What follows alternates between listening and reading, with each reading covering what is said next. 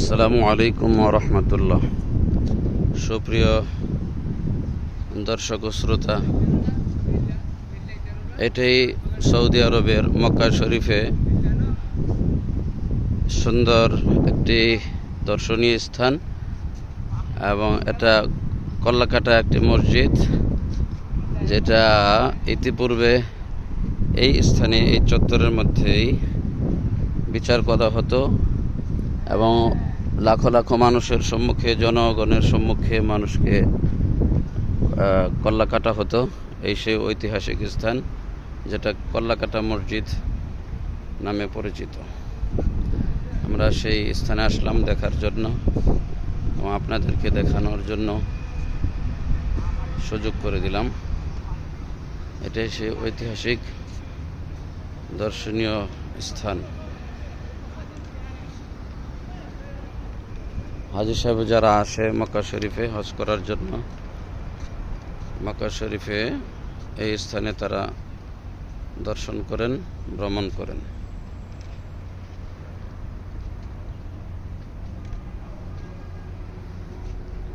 আল্লাহুম্মা সাল্লি আলা সাইয়্যিদিনা শাফিঈনা হাবিবানা মাওলানা সাল্লাল্লাহু আলাইহি ওয়া আলা আলিহি ওয়া আসহাবিহি ওয়া বারাকা ওয়া সাল্লাম تسليما كثيرا كثيرا.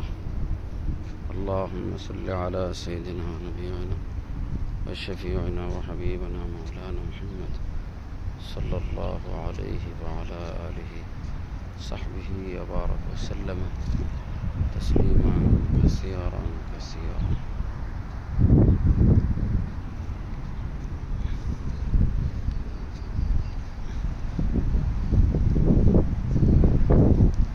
ঐতিহাসিক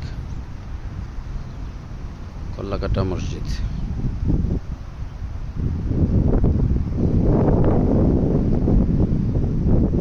اللهم صل على سيدنا شفيعنا.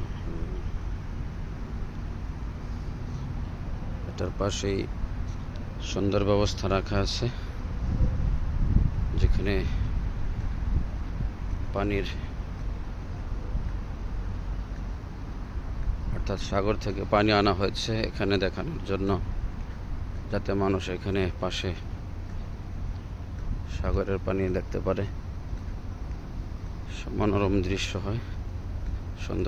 সুন্দর দৃশ্য তৈরি করার জন্য সাগর থেকে পানি এনে কৃত্রিম একটি সাগরের মতো তৈরি করা হয়েছে। যেমন বোঝা যাচ্ছে যে সাগরের পাড়ে মসজিদ, এরকম একটি দৃশ্য তৈরি করার জন্য, এরকম একটি দৃশ্যের অবতারণা করানোর জন্যই মূলত এই ব্যবস্থা করা হয়েছে। সুবহানাল্লাহি ওয়া বিহামদিহি সুবহানাল্লাহিল আযীম। মক্কা শরীফে খেজুরের বাগান তেমন নাই বললে চলে। খেজুরের বাগান সম্পূর্ণ সকল মদিনা শরীফের মধ্যেই। এখানে টুকটাক দুই একটা খেজুরের গাছ আছে, কিন্তু এখানে খেজুর এখন নাই গাছের মধ্যে। আল্লাহুম্মা সাল্লি আলা সাইয়্যিদিনা শাফিঈনা